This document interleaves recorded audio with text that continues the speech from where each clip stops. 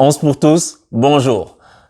Sadio Mané, est-ce qu'il va être Ballon d'Or ou pas finalement? Parce qu'aujourd'hui, c'est sûr que c'est ça le fait marquant dont on va parler. C'est la performance de ce joueur. Elle a été exceptionnelle aujourd'hui. Liverpool contre Aston Villa à l'extérieur. Tu sais, quand on faisait la vidéo, à l'époque où je faisais la vidéo, Sadio Mané ne sera pas Ballon d'Or en mai, on n'en parlait pas encore vraiment, tu vois. Et à l'époque, depuis en mai, après la CAN, en juin, juillet, août, les gens ont commencé à en parler sur les réseaux sociaux, etc. Il y avait des campagnes Sadio Mané Ballon d'Or partout. Et beaucoup de gens réagissaient en disant, mais ils sont fous ces Sénégalais, comment ça Sadio Mané Ballon d'Or? Mais en fait, je veux dire que le chemin qui a été parcouru jusqu'à aujourd'hui, maintenant les gens en parlent. Maintenant, il est devenu légitime aux yeux des gens pour être un Ballon d'Or. Même si tout le monde ne va pas être d'accord pour dire qu'il va l'avoir ou bien il doit l'avoir, mais au moins, il est dans la discussion. Et en fait, moi, c'est juste ça que je voulais. Jusqu'à présent, je pense qu'il a pas vraiment beaucoup de chance de l'être parce que médiatiquement, c'est pas ça, mais ça s'est beaucoup amélioré. Je regarde les tweets que les gens font sur Canal+, que ce soit sur Twitter ou bien des commentateurs comme Grégoire Margoton. Je regarde RMC Sport, ils posent la question dans leur PL Zone, ils disent est-ce que Sadio Mané mérite le Ballon d'Or? Ça montre le chemin parcouru en fait. Ça montre que maintenant, il a de plus en plus l'attention médiatique qu'il mérite. Et peu importe ce que disent les haters, il y a des gens, ils disent oui, ils pensent que on le supporte juste pour sa nationalité. C'est pas ça. C'est que le gars a été vraiment super performant et sa nationalité est en train et joue un peu contre lui parce que c'est pas un pays super médiatique au niveau de la sphère footballistique. Donc du coup, ça le pénalise. Mais là, en fait, il est dans la discussion. Et je pense qu'au niveau où ça continue, il doit être dans le top 3. Il doit être dans le top 3 au moment du vote parce que là, les gens sentent la pression populaire. Les gens se disent, mais attends, c'est pas normal. Tu fais une équipe, tu fais une saison comme il a fait et tu gagnes la Ligue des Champions, tu gagnes la finale de la CAN et tu n'es même pas dans l'équipe type européenne. Mbappé, moi, je suis parisien, hein, mais Mbappé, il est dans l'équipe type. Il n'a rien à faire là.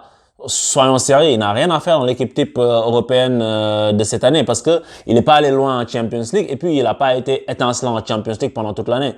Donc, le fait que Sadio Mané soit de plus en plus dans les discussions, c'est vraiment très très très bon. Et aujourd'hui encore, grande performance parce que quand ils étaient menés 1-0, j'étais assis dans mon canapé et je me disais, c'est des matchs comme ça où il faut que ce soit lui qui sorte l'équipe de la galère. Parce que dans des matchs comme ça, quand tu le fais, tu es de plus en plus visible et tu es de plus en plus légitime. Parce qu'aujourd'hui, on est dans un monde où, tu sais, la saison, le Ballon d'Or, ça se juge sur toute la saison passée, hein.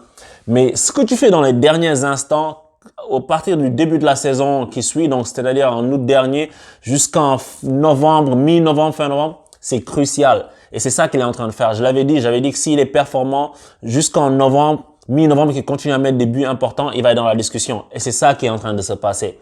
Parce que maintenant, on ne parle plus beaucoup de Van Dijk. On t'en parle encore, mais c'est pas comme avant. Tu vois, il y a moins de hype parce que Van Dijk, les derniers matchs, il s'est fait dribbler, il s'est fait mettre des coups d'épaule, il est tombé, machin. Et tout de suite, les gens commencent à, ah, c'est une arnaque. Alors que c'est pas une arnaque. C'est toujours le même bon défenseur qu'il était, mais les gens ont avec Internet, les gens ont ce truc où c'est juste ce qui se passe dans l'instant. On oublie ce qu'il y avait il y a 2 mois, il y a 3 mois. Donc ça, Mané peut en profiter parce que il a fait une saison de malade et il est en train de porter Liverpool. 1-0 pour Aston Villa et puis le gars, il sort une passe décisive de malade sur son mauvais pied, entre guillemets. Il fait une passe au deuxième poteau pour que Robertson vienne mettre la tête et puis il le fait avec une facilité qui est déconcertante. Tu sais, il a pas fait un énorme match, hein, mais il a été décisif là où il fallait. Tu sais, il s'est bougé en attaque. C'est un grand joueur, quoi. Tu sais, avant, moi, je disais, c'est un bon joueur, c'est un très bon joueur, mais cette année, ce qu'il a montré, c'est un grand joueur. Et le but qu'il met, il faut aller la chercher. Il plonge premier poteau. En général, quand tu fais ça, genre, le ballon, il va toujours au deuxième poteau et puis tu es largué. Mais il plonge premier poteau et puis il décroise sa tête, il passe devant le défenseur. Et tu vois d'ailleurs que le défenseur, il lui met le crampon sur le nez. Il a failli lui casser le nez, le gars. Mais le mec a mis la tête là où tu ne mets même pas le pied. Tête décroisée et but, quoi. Et ça fait que Liverpool gagne dans les derniers instants. Et ça va donner une suite de championnat encore très, très, très serrée parce que City, ils avaient fait la même chose. Aujourd'hui, ils ont remonté contre Southampton. Ils ont gagné dans les derniers instants sur un but de Kyle Walker et ils étaient à 3 points de Liverpool. avant que Sadio Mané mette son coup de tête, tu vois, ils étaient pas loin. Et là, ça fait que semaine prochaine, on va avoir un City Liverpool d'enfer. Parce que City, s'ils gagnent, ils vont être à 3 points. Et même scénario que l'année dernière. Donc Liverpool, je pense qu'ils ont chaud. Mais grâce à leur Sénégalais magique, ils sont en train de vraiment les poser sur la table, quoi. Et je suis vraiment très très content pour ce que Mané a fait, parce que ça montre que c'est un grand joueur et qu'il est là dans les grands moments et qu'il est là pour soutenir l'équipe. Et c'est un joueur qui lâche rien. À l'image de son équipe cette année, on sent qu'ils sont vraiment déterminés. Parce que quand Robertson a égalisé, tout de suite, son attitude, c'était « je cours pour me replacer, les gars, on y retourne ». Tu sentais que les mecs voulaient faire la différence.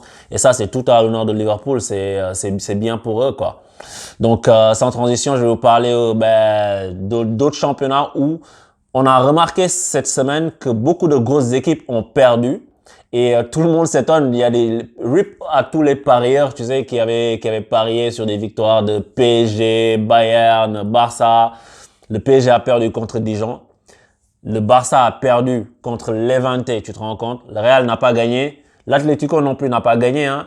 Et en fait, ça, quelque part, c'est aussi la Ligue des Champions qui arrive la semaine prochaine.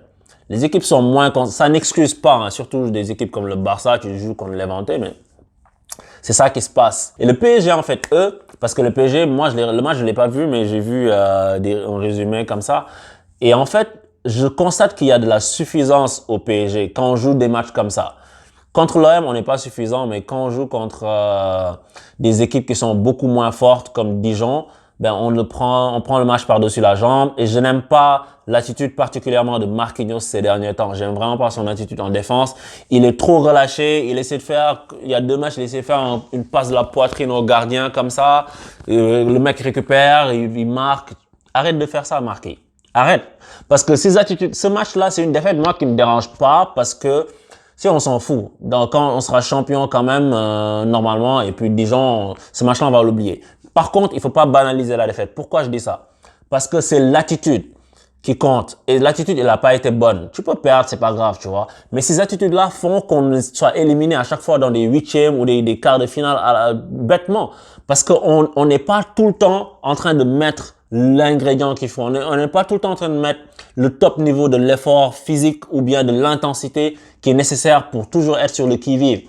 Et l'une des seules choses qui va faire que le PSG va mettre cette intensité, cette pression, c'est juste la concurrence à l'interne. Quand tout le monde sera prêt, ben, tout le monde voudra toujours bien jouer pour rester titulaire. Donc du coup, ça va émuler les joueurs à l'intérieur. Mais sinon, à part ça, les mecs sont pas au taquet, quoi. Et ça, c'est pas normal. Tu vois? Je veux bien qu'on perde contre Dijon, machin. Moi, je me formalise pas plus que ça. Mais il faut être plus sérieux, quoi. Il faut être plus sérieux. Même s'il y a la Ligue des Champions, personne ne veut se blesser. Tout le monde veut s'économiser un peu. Mais voilà, quoi. Les gars, il faut mettre le blood chauffe. Autre chose dont j'aimerais parler, c'est le cas Cavani. Pourquoi le cas Cavani? Parce qu'en fait, là, Cavani revient de blessure. Et puis, ça commence à faire des débats parce que Thomas Tuchel ne l'a pas titularisé pendant quelques matchs. Mais les matchs où il était apte, où il a pu rentrer, que ce soit contre Bruges, il n'est pas rentré, ou contre l'OM, etc. Il n'était pas titulaire et tout. Et les gens commencent à dire c'est un manque de reconnaissance, c'est un manque de respect et tout. Je sais pas pour l'instant, tu vois, parce que on sait pas dans quel état physique il est, Cavani, tu vois.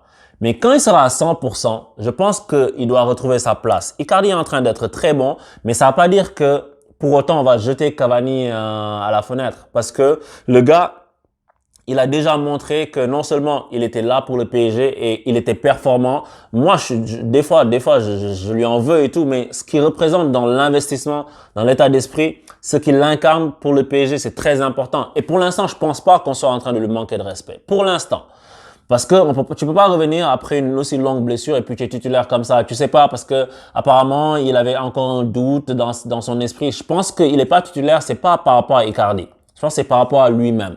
Mais que le coach va le remettre au fur et à mesure. Après, j'ai entendu Thomas Tuchel dire un truc qui, moi, me dérange. Et j'espère que il blague ou bien il est juste en train de dire ça pour que les journalistes lui collent la paix. Quand il dit oui, Cavani, il peut rentrer, il peut jouer à gauche, ça va être différent de Choupo. C'est là que ce serait le manque de respect. Il faut respecter Cavani. On va pas le mettre à gauche. Déjà, il s'est tapé le côté gauche quand Zlatan était là. Il a mangé son pain noir. Il a rien dit. Donc là, il faut pas lui faire revivre ça. Le mec est un attaquant de pointe. Et puis si tu mets Cavani à gauche, tu mets qui? Parce que même ça marche pas. Parce que ça, tu mettrais Cavani à gauche, tu mettrais qui en pointe? Icardi et Neymar, tu le mets où? Tu le mets en 10, tu retires quelqu'un d'autre. Parce que Mbappé est à droite. Donc du coup, en fait, de toute façon, je pense que ça, c'est des choses que Tuchel va faire juste parce que l'effectif n'est pas encore au complet et que tous les offensifs ne sont pas encore là. Mais quand tous les offensifs seront encore là, je pense que le mec va jouer. Tu vois? Le mec va jouer jusqu'au jour où peut-être on sent que Icardi doit prendre la relève, etc. Mais là, c'est pas grave si Tuchel fait tourner, tu vois, à mon sens, tu vois. Je pense que l'équipe, on va la voir. De toute façon, on a besoin que tout le monde soit sur le pont en février-mars. Et à ce moment-là, on pourra voir, on pourra dire, OK, ben, vraiment, les gars sont prêts et puis c'est ça l'équipe type, etc. Mais là, tu as tous les joueurs qui sont tout le temps blessés. Tu peux pas savoir. Il y a pas, même en défense, il y a pas des Kerrer, il y a pas des, Herrera au milieu, il se blesse aussi. Il y a Draxler qui est blessé. Il y a plein de joueurs qui sont blessés. Et donc, il faut que le coach, en ce moment-là, au moment où on est là, il faut qu'il puisse concerner tout le monde. Donc, il faut qu'il fasse goûter à tout le monde aussi. C'est normal. Tu vois, parce que quand les échéances vont arriver, les matchs couperés, ben là, il pourra mettre genre la grosse équipe et puis ça fera moins de grincement dedans parce que les mecs auront joué dans les semaines précédentes, tu vois, ou dans les mois précédents. Donc, je pense que c'est de la bonne gestion. Pour l'instant, en tout cas, on va voir ce que ça va donner dans 2 matchs de Champions League. Cavani, s'il revient au top de sa forme, est-ce qu'il sera titulaire ou pas? Je pense qu'il le sera. Et s'il l'est pas, là, on pourra parler peut-être de manque de respect. Mais pour l'instant, on va voir. Et puis, on verra aussi sa situation contractuelle avec le club, qu'est-ce qu'il va décider. Donc, c'est ça que je voulais dire sur le cas Cavani. Voilà pour ce tour d'Europe sur 11 pour tous. J'espère que vous êtes tous abonnés by now. Et je vous dis à très bientôt pour un autre débrief et puis d'autres choses à venir. Allez, ciao!